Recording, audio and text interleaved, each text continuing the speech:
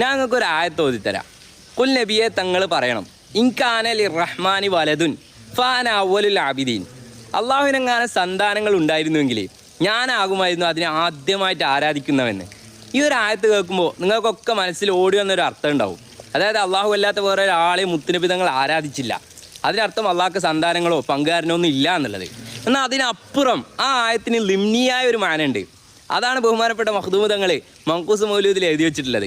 ഔജദ നൂറഹു ഖബ്ല ഖൽഖിൽ ആലമി വസമ്മാഹു മുഹമ്മദ. ഈ ലോകമൊക്കെ പടക്കുന്നതിന് മുന്നേ ഹബീബായ മുത്തുനബി തങ്ങളെ നൂറിനെ അള്ളാഹു പടച്ചു വെച്ചിട്ടുണ്ട്. ഇതിങ്ങനെ കാണുന്ന ഹബീബായ തങ്ങളെ മത് പറയുന്നത് ഇഷ്ടപ്പെടാത്ത മൗലവിക്ക് ഹാലുകളാണ്. ഇതൊക്കെ എന്ത് അടിസ്ഥാനത്തിലാണ് ഇവരിങ്ങനെ എഴുതി വെക്കുന്നതെന്ന് ആ അടിസ്ഥാനം മനസ്സിലാണെങ്കിൽ വെറും ബസർ മാത്രം ഉണ്ടായ പോലെ മൗലവി ബസീറത്ത് ഉണ്ടാവണം, ഉൾക്കാഴ്ച ഉണ്ടാവണം. ഇനിയിപ്പോൾ ഇത് ഹബീബായ തങ്ങളെ അസ്സലാമു അലൈക്കും. പ്രിയമുള്ളവരെ, വെറും ബസർ ഉണ്ടായ പോരാ ബസീറത്ത് ഉണ്ടാവണം എന്നുള്ളതാണ് മുസ്ലിയാർകുട്ടി ഇവിടെ പറയുന്നത്. എന്താണ് മുസ്ലിയാർകുട്ടിയുടെ ആവശ്യം? മൗലൂദ് ഓതണം എന്നുള്ളതാണ്. അതിന് തെളിവായിട്ട് പറയുന്നത് എന്താണ്? ഒരു പരിശുദ്ധ ഖുർആനിലെ ഒരു ആയത്ത് ഓതിയിട്ട് അത് മറ്റൊരർത്ഥത്തിലേക്ക് കൊണ്ടുവന്നിട്ട് അത് നേരെ വളച്ചു തിരിച്ചിട്ട് തങ്ങളുടെ പേരിൽ ഒരു പച്ചക്കളവും പറഞ്ഞിട്ട് അങ്ങോട്ട് പറഞ്ഞൊപ്പിക്കുകയാണ്. എന്തിനാണ് മൊയ്ലിയാക്കന്മാരെ നിങ്ങൾ ഇങ്ങനെ ഇടങ്ങാറായിക്കൊണ്ടിരിക്കുന്നത്? ആ വിഷയം പറയുന്നതിന് മുമ്പ് റിയാക്റ്റിംഗ് വീഡിയോസിൽ ഒരു വീഡിയോയിൽ നമ്മൾ പറഞ്ഞ ഒരു കാര്യം ഇവിടെയും സൂചിപ്പിക്കുന്നുണ്ട്. എൻ്റെ അക്കൗണ്ടിലേക്ക് കുറച്ച് പണം വന്നിട്ടുണ്ട്. അപ്പോൾ സാധാരണ ആളുകൾ പൈസ അയക്കുകയാണെങ്കിൽ, ഡൊണേഷനായിട്ട് സംഭാവനയായിട്ടൊക്കെ അയക്കുകയാണെങ്കിൽ മെസ്സേജിലൂടെയോ അല്ലെങ്കിൽ വിളിച്ചോ പറയുകയോ ഒക്കെ ചെയ്യാറുണ്ട്.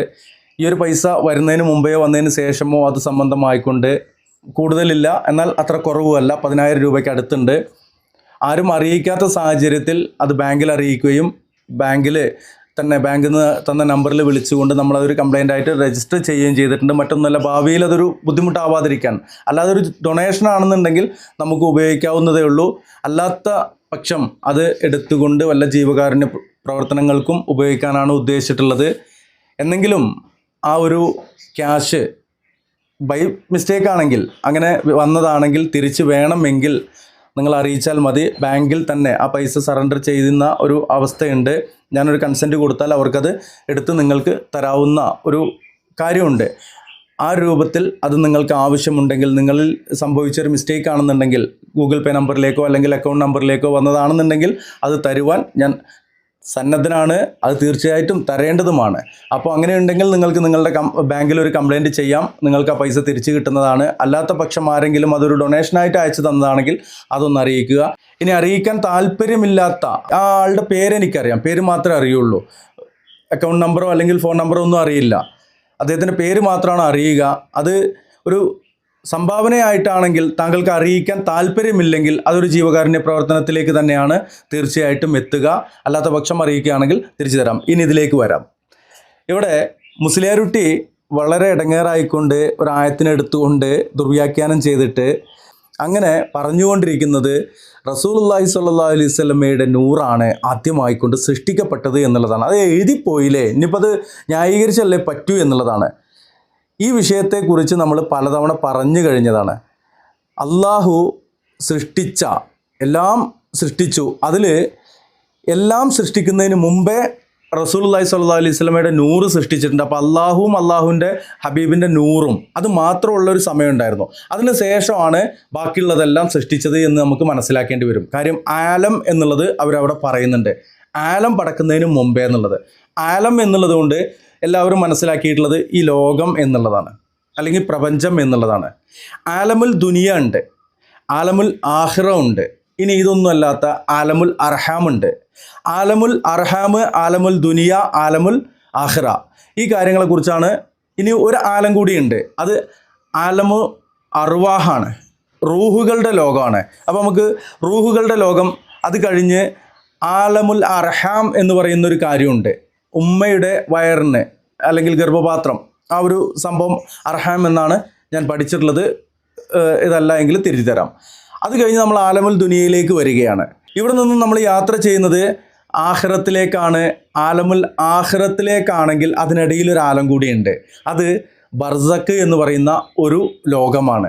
ബർസക്ക് അത് മറക്കപ്പെട്ട ഒരു കാര്യമാണ്. അതൊരു ലോകം എന്ന് പറയുമ്പോൾ തെറ്റിദ്ധരിക്കൊന്നും വേണ്ട. അങ്ങനെ ഒരു ലോകം എല്ലാവർക്കും ഉണ്ട്. അത് കഴിഞ്ഞാണ് പിന്നീട് നമ്മൾ മഹ്ശറയിലെത്തുന്നത്, അല്ലേ? അപ്പോൾ ആലം എന്ന് പറഞ്ഞാൽ പല ആലങ്ങളും ഉണ്ട് എന്നുള്ളത് പറഞ്ഞു എന്നുള്ളൂ. എന്തായാലും ഇവിടെ ഉദ്ദേശിക്കുന്ന ആലം എന്നുള്ളത് അത് മാസിവൽ ബാരി എന്ന് പറയുന്ന ആ ഒരു അർത്ഥത്തിലാണ് നമ്മൾ പഠിക്കേണ്ടത്. അതെന്താണ്? അള്ളാഹു ഒഴികെ ഉള്ളതെല്ലാം. അതിൽ ഈ പറയപ്പെട്ട ഏത് ആലങ്ങളുണ്ടോ അതൊക്കെ, സ്വർഗവും നരകവും ബർസഖും എല്ലാം, മനുഷ്യനും അതുപോലെ ഈ ചന്ദ്ര സൂര്യ ഗോളാദികളൊക്കെ എല്ലാം, എല്ലാ ജീവജാലങ്ങളും, മനുഷ്യന് ഇതുവരെയും കണ്ടെത്താൻ കഴിയാത്ത പലതും അങ്ങനെ മനസ്സിലാക്കാം നമുക്ക്. അപ്പോൾ അതൊക്കെ ആലം എന്നുള്ളതിൻ്റെ ഉള്ളിൽപ്പെട്ടതാണ്. ഈ പറയുന്നതിലൂടെ നമുക്ക് മനസ്സിലാകുന്നത് ആലം എന്നുള്ള ആ ഒരു സൃഷ്ടി ലോകം, ആ ഒരു സൃഷ്ടി അല്ലല്ലാത്ത എല്ലാ സൃഷ്ടിയും ഉണ്ടല്ലോ, അതിൽ പെടാത്തതാണ് റസൂലുള്ളാഹിന്റെ നൂറ് എന്നല്ല ഇപ്പോൾ ഇവർ പറയുന്നത്. സൃഷ്ടി അള്ളാഹിൻ്റെ സൃഷ്ടി തന്നെ, പക്ഷേ ഈ പറയപ്പെട്ട ആലത്തിലൊന്നും പെടാത്ത, മാസിവൽ ബാരിയിൽ പെടാത്ത ആണെന്നാണ് ഇപ്പോൾ ഇവർ പറഞ്ഞു വെക്കുന്നത്. ഇവരുടെ ഒരു ഗതികേടേ, ഇത്രക്ക് ദാരിദ്ര്യമായി പോയല്ലോ ചെങ്ങായിമാരെ ഇങ്ങക്ക് എന്നാണ് പറയാനുള്ളത്. ഇൻഷാ അല്ലാഹ് ഇനി മൊയ്ലിയരുട്ടി എന്താ പറയണെന്ന് നോക്കാം. മൊയ്ലിയരുട്ടി കുറേ പറയേണ്ടത്, ഭയങ്കര രസമാണ്. പറയും മൊയ്ലിയരെ. ഹബീബായ തങ്ങളെ പുണ്യമാസം വരാനിരിക്കുകയാണ്. ലോകമെമ്പാടുമുള്ള മുഅ്മിനീങ്ങൾ ഹബീബായ തങ്ങളെ മദ്ഹ് പാടിയും പറഞ്ഞും പുളകം കൊള്ളുമ്പോൾ ഇതിങ്ങനെ കാണുന്ന സഹിക്കാൻ പറ്റാത്ത വഹാബി മൗദൂദികൾ തെളിവും ചോദിച്ച് നടക്കുകയാണ്. അപ്പോൾ നേരത്തെ പറഞ്ഞു വന്നത് എങ്ങോട്ടാണ്? നബിദിനം വരാൻ പോവുകയാണ്, അതിൻ്റെ ഒരു ആലളക്കാണ് ഇവർക്ക് വന്നിക്കണമെന്നുള്ള ആ മൂപ്പരന്നെ പറയുന്നുണ്ട്. മഴ വരുന്നുണ്ട്, നമ്മുടെ സാഹചര്യവും നമ്മുടെ വീടിൻ്റെ അവസ്ഥയൊക്കെ അങ്ങനത്തെ ആയത് കാരണം കൊണ്ട് അതിൻ്റെ ശല്യം എന്ന് പറഞ്ഞാൽ ശബ്ദവും കാര്യങ്ങളൊക്കെ ഉണ്ടാകും. അപ്പോൾ ക്ഷമിക്കണം. ഓക്കെ, ഇൻഷാ അല്ലാഹ് മൊയ്ലിയരുട്ടി പറയട്ടെ. ഏതായാലും നബിദിനത്തേക്കാണ് ഇത് കൊടുന്ന് എത്തിച്ചിട്ടുള്ളത്. പറയും മൊയ്ലിയരെ. നിങ്ങൾക്ക് തെളിവല്ലോ മൗലവി? എന്നാ പിടിച്ച പരിശുദ്ധ ഖുർആന പറയുന്നത് നബിയെ തങ്ങൾ പറഞ്ഞു കൊടുക്കി അള്ളാന്റെ ഫളിലും ഉണ്ട്, അള്ളാന്റെ റഹ്മത്തും ഉണ്ട്, അവർ സന്തോഷിച്ചോളട്ടെ. ആയിക്കോട്ടെ, ഞങ്ങൾ സന്തോഷിക്കുന്നുണ്ട്. നിങ്ങൾ മൊയ്ലിയരുട്ടി, നിങ്ങൾ മൗലവി എന്ന് വിളിച്ച് പറയുന്ന ഈ കാര്യം ഉണ്ടല്ലോ, ഇതിൽ ഒരു തെറ്റുമില്ലേ. ആഘോഷിക്കാൻ എവിടെ പറഞ്ഞത്? സന്തോഷിക്കുക എന്നാണ് ഖുർആനിലെ ആയത്ത് കൊണ്ട് നിങ്ങൾ പറയുന്നത്. പക്ഷെ നിങ്ങൾ ചെയ്യണതോ, നിങ്ങൾ ആർമാദിക്കുകയാണ്, ആഘോഷിക്കുകയല്ല. സാധാരണഗതിയിലുള്ള ആഘോഷം ആർമാദിക്കലാണ്. അതെവിടെ പറഞ്ഞത്? അതെവിടുന്ന് നിങ്ങൾക്ക് കിട്ടിയത്? അതാണ് പ്രശ്നം. റസൂലുള്ള ഭൂജാതനായതിൽ ആർക്കെങ്കിലും സന്തോഷമില്ലായ്മ ഉണ്ടോ മൊയ്ലിയരെ? എന്താ നിങ്ങൾ ഈ പറയണേ? മൊയ്ലിയരെ പറയും, നിങ്ങൾ വല്ലാത്ത മൊയ്ലിയരായിട്ടില്ലേ? പറയും. അവരങ്ങനെ സന്തോഷിക്കുന്നത് ചില്ലറ കാര്യമെന്നല്ല. ഹുവ ഖൈറും മിമ്മ യജ്മഊൻ, അവരൊരുമിച്ച് കൂട്ടിയ എല്ലാ കാര്യങ്ങളെക്കാളും ഖൈറാണത്. ഇനി അള്ളാന്റെ റഹ്മത്ത് എന്താണെന്ന് മനസ്സിലാത്ത മൗലവിക്ക് അള്ളാനെ പഠിപ്പിച്ചു കൊടുക്കുകയാണ്. അള്ളാന്റെ റഹ്മത്ത് എന്താന്നുള്ളത് പരിശുദ്ധ ഖുർആനിലൂടെ ഇനി ഒരു ആയത്തെടുത്തിട്ട് പറയേണ്ട, അതിലൊന്നും ഞങ്ങൾക്ക് തർക്കല്ലേ. അതായത് നിങ്ങൾ മൗലവി എന്ന് വിളിക്കണപ്പോൾ ഇനി ആരെയാണെന്നുള്ളത് അറിയില്ല. എന്തായാലും ഇന്ന് ഞങ്ങൾ മൗലവിയായിട്ട് കണ്ടിട്ടുണ്ടെങ്കിൽ എനിക്ക് വിരോധമില്ല. സത്യത്തിൽ ഞാനൊരു മൗലവി എന്നല്ല, എങ്കിലും നിങ്ങൾ പറഞ്ഞോളി, നമുക്കതൊന്ന് മനസ്സിലാക്കാമല്ലോ. ഇവിടെ സന്തോഷിക്കണതിൽ തർക്കമല്ല. സന്തോഷിക്കൽ എങ്ങനെയാണ് അതും ഇവിടെ തന്നെ വരുന്നുണ്ട്. അവിടെ നമുക്കത് മനസ്സിലാക്കാം. മൊയ്ലിയർ പറയും. ഒമാ അർസൽനാക്ക ഇല്ലാ റഹ്മത്തൽ ലിൽ ആലമീൻ, നബിയെ ലോകർക്ക് റഹ്മത്തായിട്ടല്ലാതെ തങ്ങൾ അള്ളാഹു അയച്ചിട്ടില്ല. അപ്പോഴും വഹാബിന്റെ ഡൗട്ട് തീരുന്നില്ല.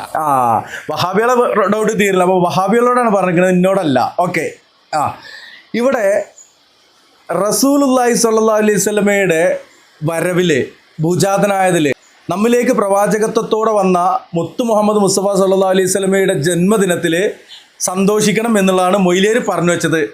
ശരി, ഞങ്ങൾ സന്തോഷിക്കുന്നുണ്ട്. എങ്ങനെയാണ് സന്തോഷിക്കല്? അത് എങ്ങനെയാണ് എന്നുള്ളതാണ് ഇവിടുത്തെ തർക്കം. അത് സന്തോഷം എന്നുള്ളത് പിന്നെ ആഘോഷമാകും, ആഘോഷം പിന്നെ ആർമാദമാകും, ആർമാദം പിന്നെ കയ്യിൽ നിന്ന് പോകും. ഇപ്പോൾ കുറച്ച് കാലമായിട്ട് അങ്ങനെയാണ് മനസ്സിലാക്കാൻ കഴിയുന്നത്. നബിദിന ആഘോഷം എന്നും പറഞ്ഞിട്ട് നിങ്ങൾ കൊണ്ടുനടക്കും, ലാസ്റ്റ് അത് നിങ്ങളെ കയ്യിൽ നിന്ന് പോക്കാണ്. പല ആളുകൾക്കും അത് പരസ്യമായിട്ടും രഹസ്യമായിട്ടും പറയേണ്ടി വരുന്ന ഒരവസ്ഥയാണുള്ളത്. ഏത് മൗലവിമാരും വഹാബികളും മൗദൂദികളും ലങ്ങളിൽപ്പെട്ട ആളുകൾ തന്നെ പറയൽ തുടങ്ങിയിട്ടുണ്ട്. മറ്റൊരു കാര്യം, ഇനി അതൊക്കെ പോട്ടെ, ഇവിടെ സന്തോഷിക്കുക എന്നുള്ള ആ ഒരു റഹ്മത്തുൽ ആലമീൻ എന്ന ആ ഒരു പ്രവാചകൻ്റെ ജന്മദിനത്തിൽ സന്തോഷിക്കുക എന്നുള്ള കാര്യം, ഇത് ആദ്യം കേൾക്കുന്നത് ആരാണ്? ഈ ആയത്തുകൾ സ്വഹാബാക്കളാണ്. സ്വഹാബാക്കളിൽ നിന്ന് താബഈങ്ങളാണ്, താബഈങ്ങളിൽ നിന്ന് തബഉ താബഈങ്ങളാണ്. ഒരു സ്വഹാബി, ഒരു താബിയ, ഒരു താബു താബിയ, ഇതിൽപ്പെട്ട ആരെങ്കിലും ഒരാൾ നിങ്ങൾ ഈ പറഞ്ഞ പോലെ ആഘോഷിച്ചതായിട്ട് കാണിക്കാൻ കഴിയുമോ? എന്നാൽ ഞങ്ങളും ഉണ്ട്. ഇസ്ലാമിക ലോകത്തിൻ്റെ ഇജ്മാ ഉണ്ട് വെച്ചെങ്കിൽ അവിടെ പിന്തുടരുക എന്നുള്ളത് തന്നെയാണ്, സംശയമൊന്നുമില്ല. ഒരു സ്വഹാബി ആഘോഷിച്ചു, മറ്റുള്ള സ്വഹാബികളൊന്നും ആ ആഘോഷത്തെ എതിർത്തിട്ടില്ല എന്നുള്ളത് നിങ്ങൾക്ക് കാണിച്ചു തരാൻ കഴിയുമോ? ഇല്ല. താബിയോ ഇല്ല, തബു താബിയോ ഇല്ല. പിന്നെ ആരാളത്? പിന്നുള്ളത് സുബക്കി, സുയൂത്തി എന്നും പറഞ്ഞുകൊണ്ട് വരും. വല്ലാത്ത ജാതി. പറയും. നിങ്ങൾ ആഘോഷിക്കുന്നതും നിങ്ങൾ മൗലൂദ് ചൊല്ലുന്നതും ഒക്കെ നമ്മൾ സമ്മതിക്കാം. പക്ഷേ ഇങ്ങനെ ഒരു പ്രത്യേക ദിവസം തിരഞ്ഞെടുക്കുന്നതിന് എന്തെങ്കിലും തെളിവുണ്ടാകും? അതിനും തെളിവുണ്ട് മൗലവി. ഇമാം മുസ്ലിം റളിയല്ലാഹു അൻഹു റിപ്പോർട്ട് ചെയ്യുന്ന ഒരു ഹദീസ് ഉണ്ട്.